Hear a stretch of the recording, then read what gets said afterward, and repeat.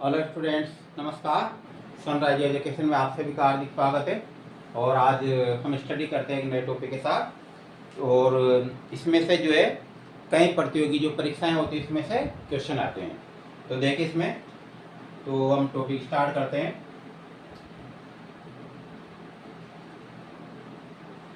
नर जनन तंत्र।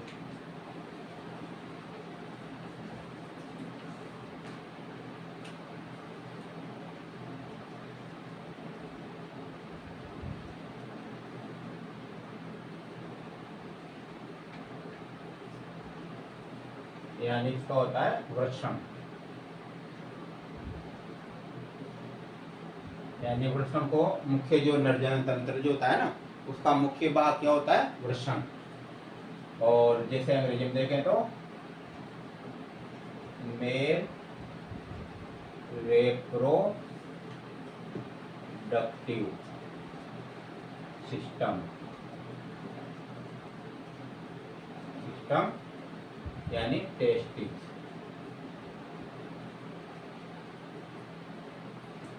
तो देखिए इस टॉपिक का अध्ययन करते हैं। इसमें से किस प्रकार के क्वेश्चन आते हैं। तो ये मैंने पहले देखा है कि कई प्रतियोगी परीक्षाएं जो होती है तो इस टॉपिक में से क्वेश्चन आते हैं। तो पहला है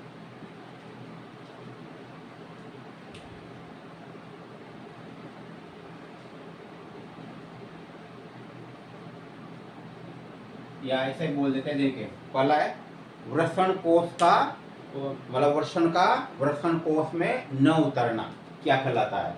वृषण का याद रहेगा आपको, वृषण का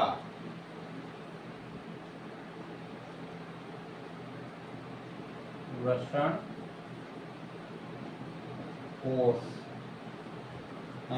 सामान्यतः आपने जैसे स्टडी की होगी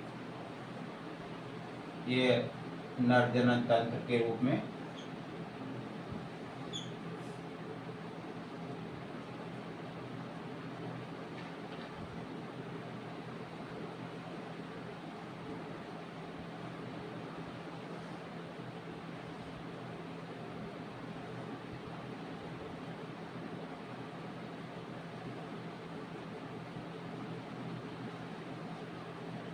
तो ये यहाँ पर जो है ये तो जो उदर वाला हिस्सा होता है ना, एब्डोमेन यानी उदर वाला हिस्सा, ये इसके नीचे का जो भाग है वो उदर गुहा के बाहर का भाग कहलाता है। तो यहाँ पर ये दो वृषण पाए जाते हैं। ये दो वृषण पाए जाते हैं। सामान्य बोलचाल में इनको अंडकोश करते हैं, लेकिन जो अंडाणु टाइप के स्तन है ना वो महिलाओं में रहती है, लेकिन बोलचाल में अंडकोश कहते हैं इनको। ये वास्तव में क्या होते हैं? वृषण होते हैं ये। और वृषण भी याद रखिए, वृषण में भी एक नीचे की तरफ जो भाग रहता है ना, ये वाला जो भाग है ये कहलाता है एपिडिडीमस यानी अधिवृषण। और ये होता है वृषण। ये तो ये अधिवृषण होता है, उसमें शुक्राणुओं का पोषण और संग्रह होता है। इस प्रकार से देखिए तो जो नर प्राणी है यानी कि स्तनधारी, इनमें क्या पाए जाते हैं? दो वृषण पाए जाते हैं। क्या पाए जाते हैं? दो वृषण। और ये जो प्रत्येक वृषण का अगर अनुप्रस्थ काट यानी TS काट देखें तो इसमें 3 प्रकार के स्तर पाए जाते हैं, यानी 3 प्रकार की कोशिकाएं पाई जाती है। किसमें? वृषण में। सबसे बाहर की जो रहती है ये वाली, सबसे बाहर का जो रहता है ये जो शुक्राणु का निर्माण करता है ये कहलाता है जनन एपिथीलियम। जनन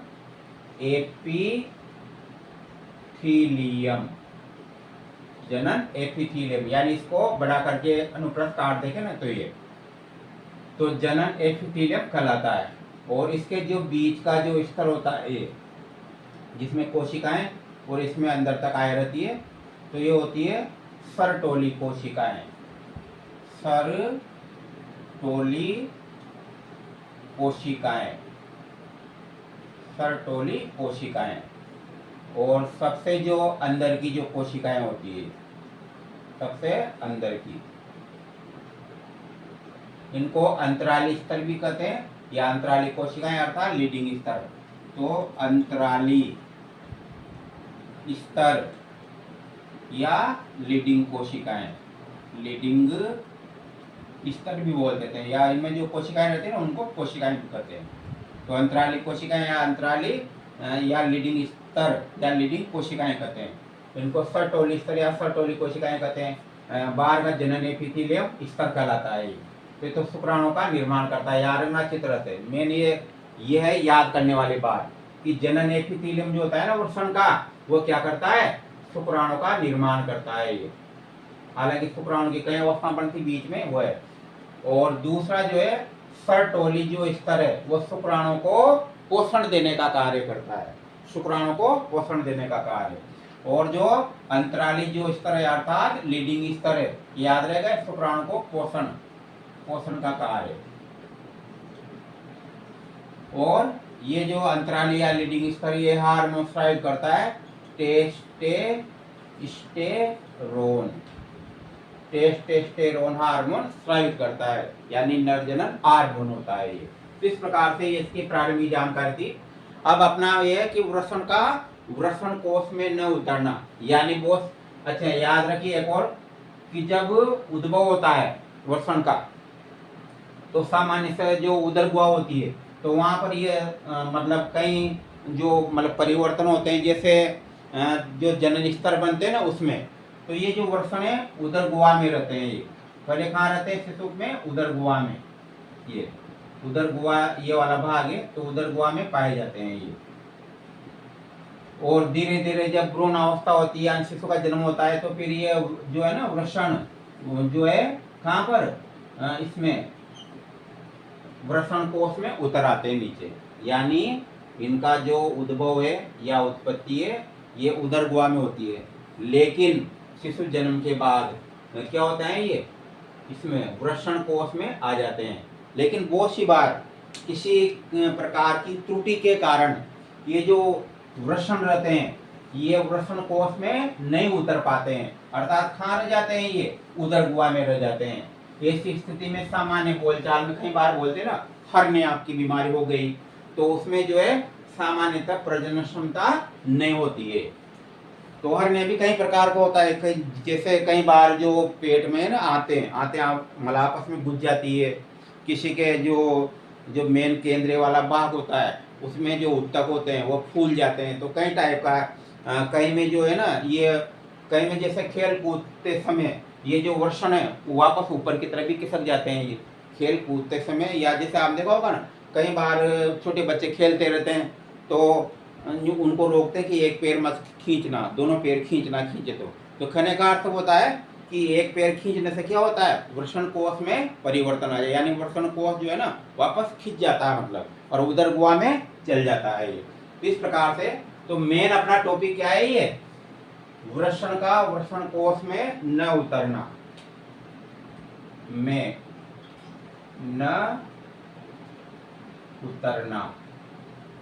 तो ये भी एक प्रकार का क्या है रोग होता है, यानी एक प्रकार का जो ना विसंगति मान लो, या एक प्रकार का जो है होता है जिसको कहते हैं ना कमी। तो इस टाइप का ये कमी होती है। तो वृषण कोष का वृषण कोष में उतारना इसको क्या बोलते हैं, गोपिक वृषणता कहते हैं इसको, गोपिक वृषणता। ये याद रखना है, क्योंकि सामान्यतः जो वृषण होते हैं वो नीचे उतरते हैं। और अंग्रेजी में इसको क्या कहेंगे, अंग्रेजी में कहते हैं क्रिप्टोकिडिज्म,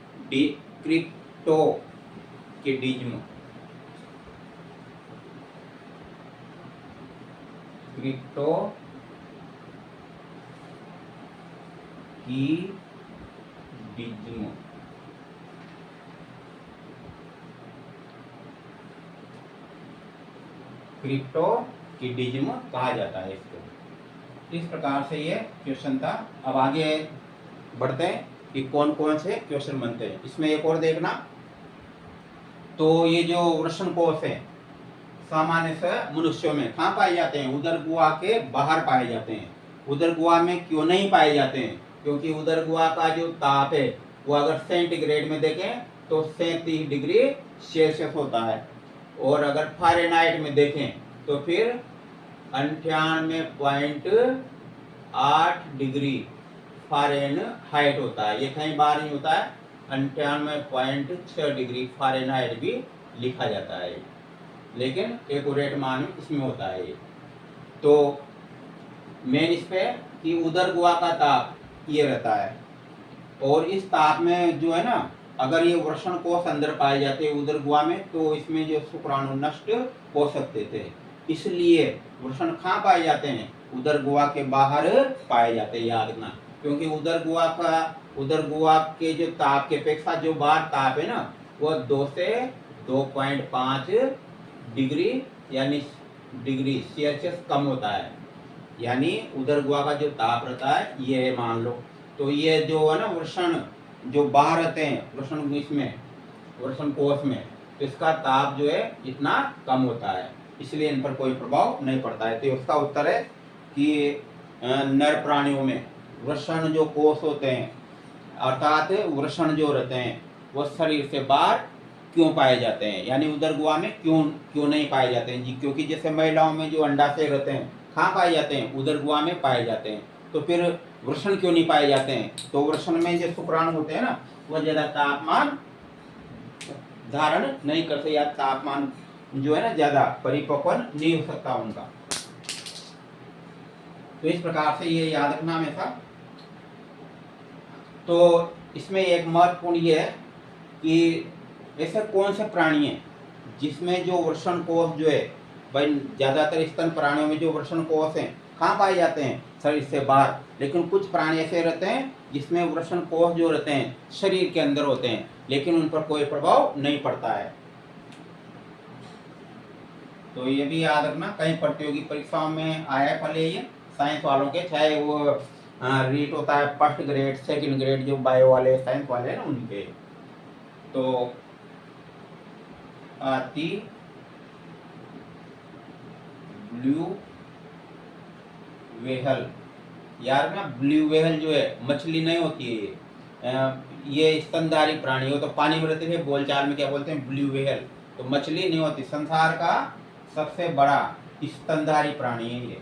अगर टोटल यूँ कहेंगे, अगर पृथ्वी पर स्थल पर माने तो हाथी है, लेकिन अगर पृथ्वी पर माने ना तो फिर ब्लू व्हेल है। मतलब 30 हाथियों के बराबर इसका एक वजन होता है ब्लू व्हेल का, इतनी भारी भी हो सकती है ये।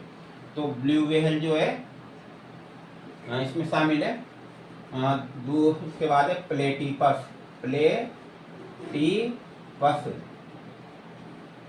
वह एक ही डना, ये पहले भी मैंने बताया था, ये दोनों स्तनधारी हैं फिर भी अंडे देते हैं। मतलब योजक कड़ी है ये रेप्टेलिया और स्तनधारियों के बीच में, ये प्लेटिपस और एक ही डना। ये क्या है? चींटी को और होते हैं, मतलब चींटियों को खा जाते हैं, यानी इनमें फार्मिक अम्ल को पचाने की क्षमता होती है। तो ये जो नाम है याद रखिए। तो हाथी, ब्लू व्हेल, प्लेटिपस, एक ही डना में वृषण गुहा यानी उदर गुहा में पाए जाते हैं। उदर गुहा में पाए जाते हैं। तो ये महत्वपूर्ण है ये चीज। जबकि सभी प्राणियों में क्या पाए जाते हैं? शरीर के बाहर। इसके बाद टॉपिक है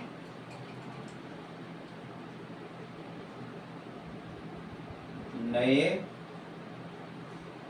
परिवार नियोजन पद्धति को, नए परिवार नियोजन पद्धति को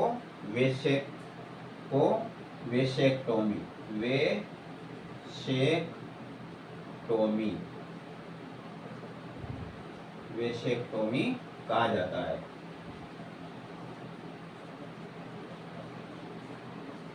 नए परिवार नियोजन की पद्धति को क्या कहा जाता है? वेसेक्टोमी। ये जो होती है शल्य क्रिया से संबंधित 2 पद्धतियां हैं। इसमें एक को तो कहते हैं वेसेक्टोमी और एक को कहते हैं ट्यूबेक्टोमी। ये मैंने पहले भी स्टडी करा रखी थी।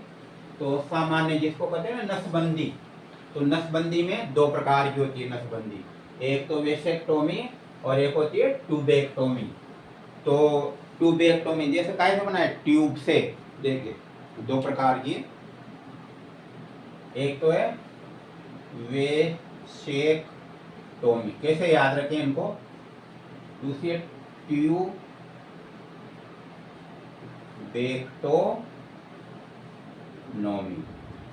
ट्यूबेक्टोनोमी। तो वेसेक्टोमी जो है वो कैसे, जैसे वासा डिफरेंशिया, ये वासा डिफरेंशिया यानी जो शुक्रवाहिनियां होती है, शुक्रवाहिनियां या वाहिकाएं उनसे बनी है। और जैसे ट्यूब, ट्यूब, अब ट्यूब में क्या होती है, जैसे अंड नलिकाएं या अंडवाहिनियां, अंडवाहिनियां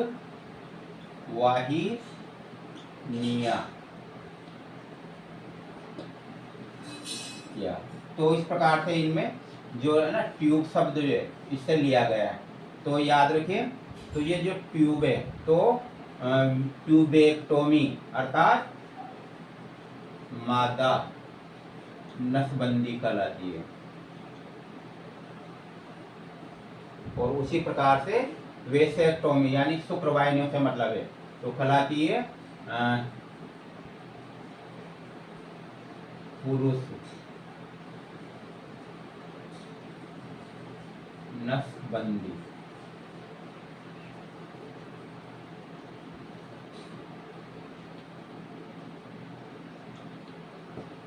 पुरुष नसबंदी कहलाती है। तो याद रखिए, वेसेक्टोमी का अर्थ पुरुष नसबंदी और ट्यूबेक्टोमी का मतलब मादा नसबंदी। तो वेसेक्टोमी में क्या होता है, जो शुक्रवाहिनियां ये होती है, शुक्रवाहिनियां, इनको शल्य चिकित्सा द्वारा काट करके बंद लगा दिए जाते हैं दोनों तरफ। तो इसी क्रिया को क्या कहा जाता है, वेसेक्टोमी।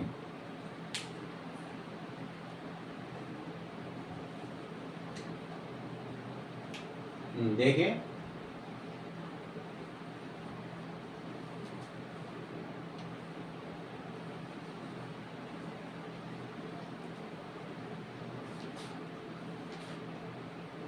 यहाँ से ये शुक्रवाहिनियां जा रही है,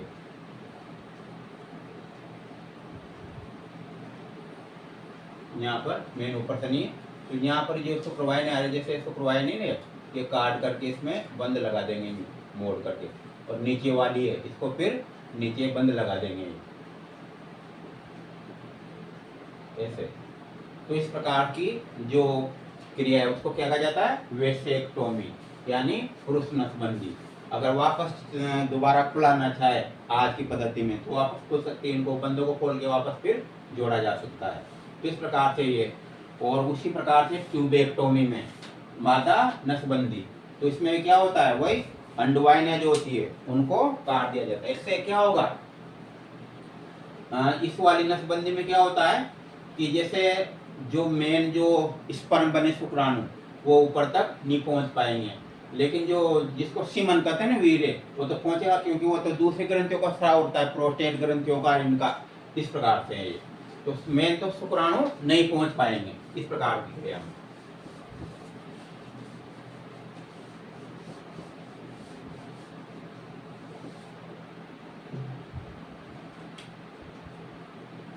दूसरा देखिए अब इसमें ट्यूबेक्टोमी में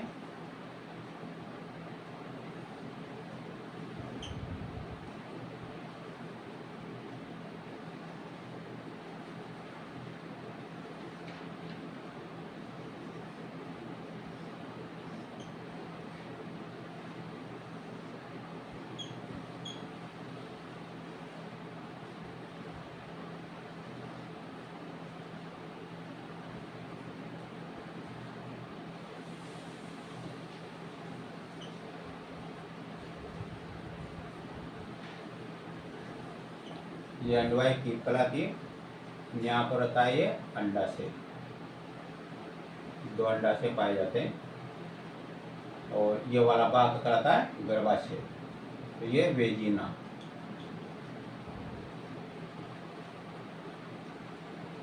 अंडाशय, अंडवाहिनियां। तो पढ़ क्या रहे हैं? Tubectomy, tubectomy. तो शल्य क्रिया द्वारा, वही जैसे दोनों अंडवाहिनियां थी तो इनको काट करके और जैसे यूं मोड़ दिया इधर और बांध दिया जाता है। तो इस प्रकार की क्रिया को क्या कहा जाता है? ट्यूबेक्टोमी कहा जाता है। तो दोनों में से मेन जो जिसको मान्यता मिली तो वो कहलाती है वेसेक्टोमी। तो नए परिवार नियोजन की पद्धति को क्या कहा जाता है? वेसेक्टोमी कहा जाता है। इसके बाद तीसरा टॉपिक चलते हैं।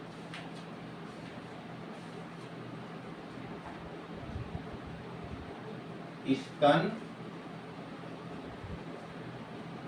ये तो वैसे बता देता हूं मैं। स्तनधारियों में जो वृषण पचाने जाते हैं, टेस्टिस पचाने जाते हैं, वो किसके कारण पचाने जाते हैं? वो पचाने जाते हैं सर्टोली कोशिकाओं द्वारा। स्तनधारियों में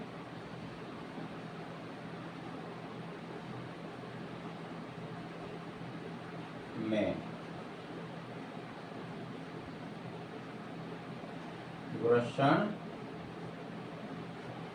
पचाने जाते हैं किसके द्वारा? सर्टोली कोशिकाओं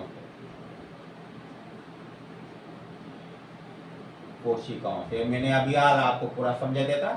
सर्टोली कोशिकाएं क्या होती है, कहाँ पर पाई जाती है, उस प्रकार से। इसके बाद वृषण की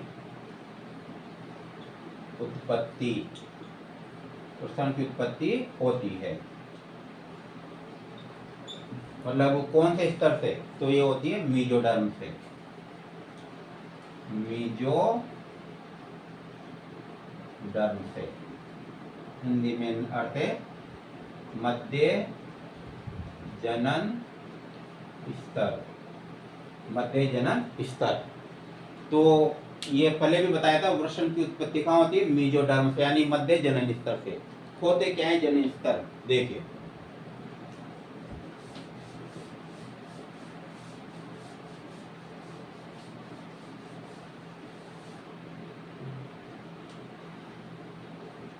जैसे ये शुक्राणु, ये अंडाणु, दोनों का निषेचन हुआ, इससे बनता है युग्मनज।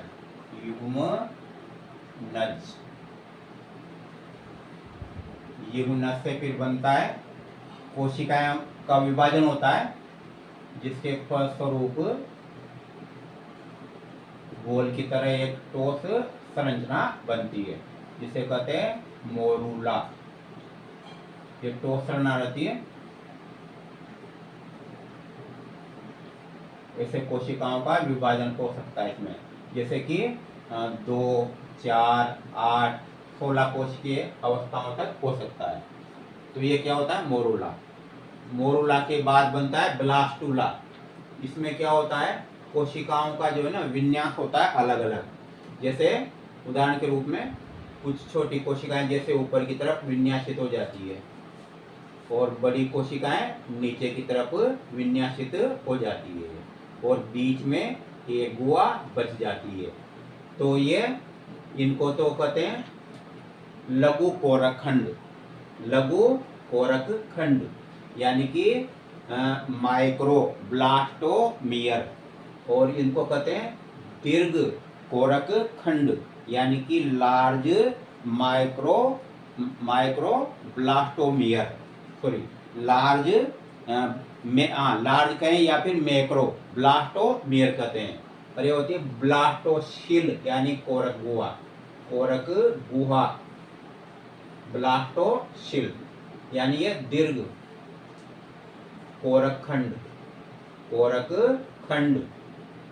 और ये लघु कोरक खंड, लघु कोरक खंड। तो यहाँ पर तो अभी तक तो कोशिकाओं का विभाजन चल रहा है। इसके बाद फिर ये क्या कहलाएगा, ब्लास्टूला, ब्लास्टूला। और ब्लास्टूला के बाद फिर एक अवस्था आती है जिसमें ये जो कोशिकाएं होती है ना, इनमें और विभाजन होता है। और विभाजन होने के बाद कोशिकाओं का जो है ना अपने अपने स्थान पर समायोजन होने लगता है। यानी कोशिकाएं जो है ना स्तरों का रूप धारण कर लेती है। जैसे कोशिकाओं ये पहला स्तर बन गया है, ऐसे ये पहला स्तर बन गया। इसके बाद फिर ये कोशिकाओं का दूसरा स्तर बन जाता है। इसके बाद फिर कोशिकाओं का तीसरा स्तर बन जाता है। ये इस प्रकार से 3 स्तरीय अवस्था बन जाती है और इसको कहते हैं गेस्टूला, गेस्टूला। इसी से फिर क्या होता है, अंगों का विकास होता है। जो भ्रूण बनता है ना उसमें अंगों का विकास होता है गेस्टूला से। तो ये जो इसमें तो कोशिकाएं अवस्था थी, छोटी बड़ी कोशिकाएं हो गई थी और एक गुहा बन गई थी। ये आगे जाकर के क्या कहलाती है, आर नाल वाली संरचना का निर्माण करती है। और फिर इसी के अंदर जो है उदर गुहा बनती है यहाँ से। तो देखिए यहाँ इसके बाद देखते हैं हम, तो ये सबसे बाहर का स्तर है वो कहलाता है एक्टोडर्म, एक्टोडर्म। और बीच वाला जो स्तर है ये कहलाता है मीजोडर्म, मीजोडर्म। और सबसे अंदर का जो है वो कहलाता है इंडोडर्म, इंडोडर्म। यानी बाह्य स्तर, बाह्य जनन स्तर, बाह्य जनन स्तर। और ये कहलाता है मध्य जनन स्तर, अभी आपने बताया था। ये कहलाता है अंत जनन स्तर। तो इस प्रकार से 3 जनन स्तर बनते हैं ये। और इसी से ही फिर हमारे शरीर के अंगों का निर्माण होता है, जैसे मस्तिष्क, फेफड़े, हृदय। ये तीनों ही स्तर महत्वपूर्ण होते हैं। ज्यादातर मध्य में जो बीच वाला जो स्तर है वो ज्यादा अंगों का निर्माण करता है। तो इस टाइप से जो देखते हैं, तो वृषण की जो उत्पत्ति होती है वो किससे होती है, मीजोडर्म से। यानी प्रत्येक अंग की उत्पत्ति इन्हीं तीनों जनन स्तरों से हुई है। और इसके बाद चलते आगे। ये तो आपको पता लग ही गया कि जैसे वृषण कोश में जो शुक्राणु का जो पोषण होता है तो वह मतलब किस अंग के द्वारा होता है या किस संरचना के द्वारा, इसको भी लिख देते हैं।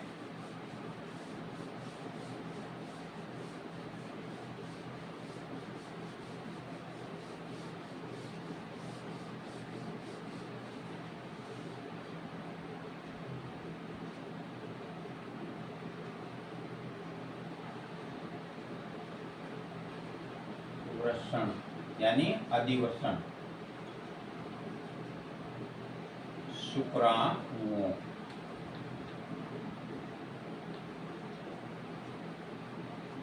का पोषण व संग्रह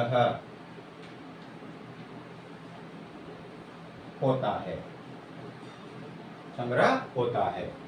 तो ये होता है अधिवृषण में,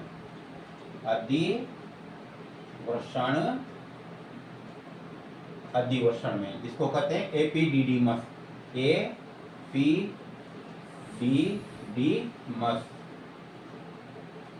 एपिडिडीमस। तो ये जो अधिवृषण होता है क्या होता है, एक प्रकार से ये वृषण का एक भाग होता है। तो इसी के अंदर होता है। यदि मान लो स्पर्म यानी शुक्राणु वृषण से निकल करके अगर इसमें अधिवृषण में नहीं आए तो उनका जो है ना परिपक्वन नहीं होगा। तो यहाँ देख रहे हो ना, पोषण एवं संग्रह होता है। तो ये किसमें होता है, अधिवृषण में होता है। इसके बाद आगे का टॉपिक देखिए। इसमें वृषण को इसमें देखते हैं वृषण को देह गुहा की भित्ति देगवा की भित्ति से जोड़ने वाली संरचना वाली जैसे वृषण होते हैं स्वतंत्र नहीं होते हैं, किससे जुड़े रहते हैं, जो देहगुहा होती है उसकी भित्ति से जुड़े होते हैं। तो ये जो देहगुहा की जो भित्ति जोड़ने वाली संरचना है, तो देखिए वृषण को देहगुहा की भित्ति से जोड़ने वाली संरचना क्या कहलाती है, तो ये कहलाती है मिसेंट्री। मिसेंट्री।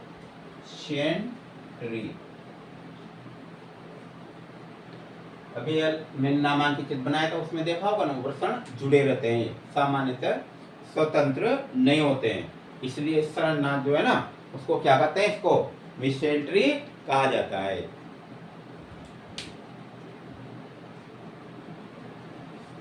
इसके बाद ये सभी जो क्वेश्चन है ये प्रतियोगी परीक्षाओं में आते हैं। इनमें से एक और देखिए,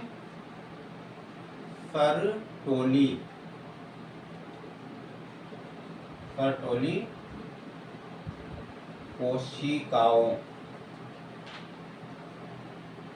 द्वारा स्रावित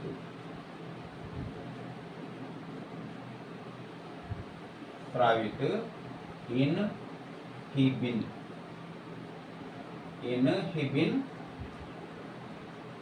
हार्मोन,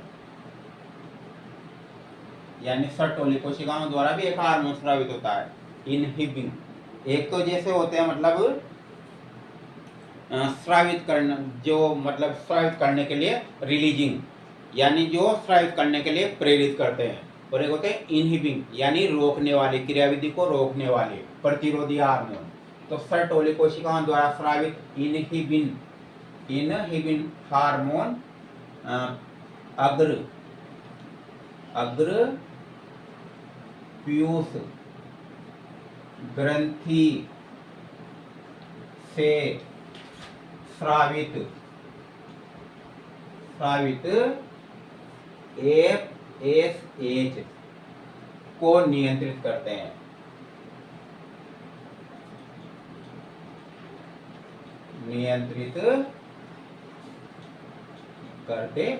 ये भी याद रखना महत्वपूर्ण है। सर्टोली कोशिकाओं द्वारा स्रावित इनहिबिन हार्मोन अग्रपीयूष ग्रंथि, पीयूष ग्रंथि की दो पालियां, अग्रपाली और पश्चपाली। अग्रपाली द्वारा जो होते हैं बहुत सारे हार्मोन स्रावित होते हैं। तो अग्रपाली अग्रपीयूष ग्रंथि यानी अग्रपाली से स्रावित एफएसएच, इसका पूरा नाम है फॉलिकल स्टिमुलेटिंग हार्मोन। फॉलिकल मतलब ये क्या करता है, पीयूष ग्रंथि आपको याद है मास्टर ग्रंथि कहते हैं। इस पीयूष ग्रंथि में किसका नियंत्रण होता है, हाइपोथैलेमस का। फिर पीयूष ग्रंथि जो है इस हार्मोन द्वारा इसको वृषण और अंडाशय के जो हार्मोन होते हैं ना उनको नियंत्रित करती है।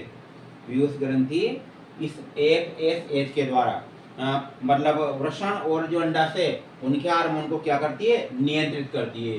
तो ये जो हार्मोन है, तो याद रखना सर्टोली कोशिकाएं जो होती है तो वो क्या करती है, इस ग्रंथि से स्रावित एफएसएच उसको क्या करती है, नियंत्रित करती है, ताकि ये आगे क्रिया नहीं कर सके। और इसके बाद में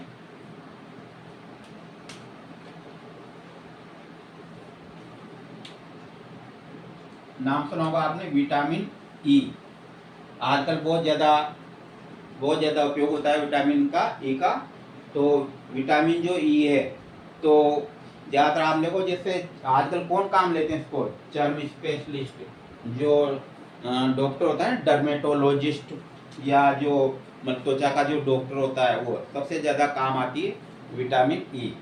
सौंदर्य प्रसाधन के रूप में तो है सही है, लेकिन ये जो होती ना इसमें मतलब एक प्रकार से जनन क्रिया को भी प्रभावित करती है। कौन, vitamin E. Vitamin E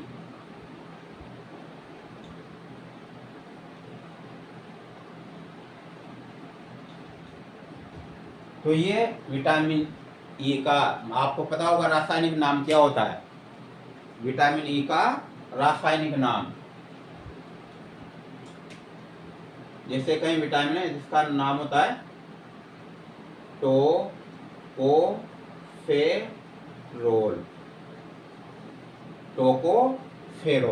vitamin E जो है उसका प्रत्येक विटामिन का क्या है, रासायनिक नाम है।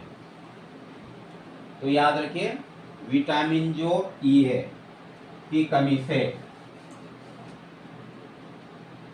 वृषण की जनन उपकला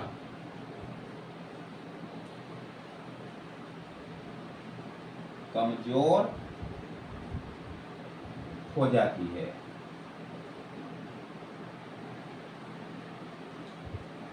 कमजोर हो जाती है जिससे नपुंसकता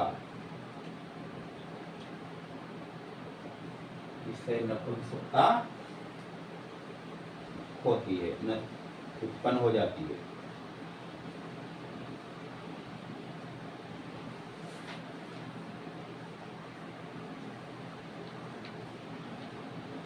तो इस प्रकार से टॉपिक थे। तो महत्वपूर्ण ये जो क्वेश्चन इनमें से बनते हैं, तो आपको अगर अच्छे लगे हों तो बिल्कुल सब्सक्राइब करें, नए स्टूडेंट जुड़ रहे हो, और साथ में अगर अच्छा लगा हो तो शेयर भी करें इसको। तो ये व्यूज के ऊपर डिपेंड करता है कौन कौन देखते हैं, क्योंकि अब जैसे पीटीआई वैकेंसी भी आएगी पीटीआई की, और दूसरा जो फर्स्ट ग्रेड है, सेकंड ग्रेड के जो इसकी तैयारी कर रहे हैं या रीट एग्जाम वाले, तो उनके सबके लिए महत्वपूर्ण है ये टॉपिक। बाकी कल स्टडी करेंगे।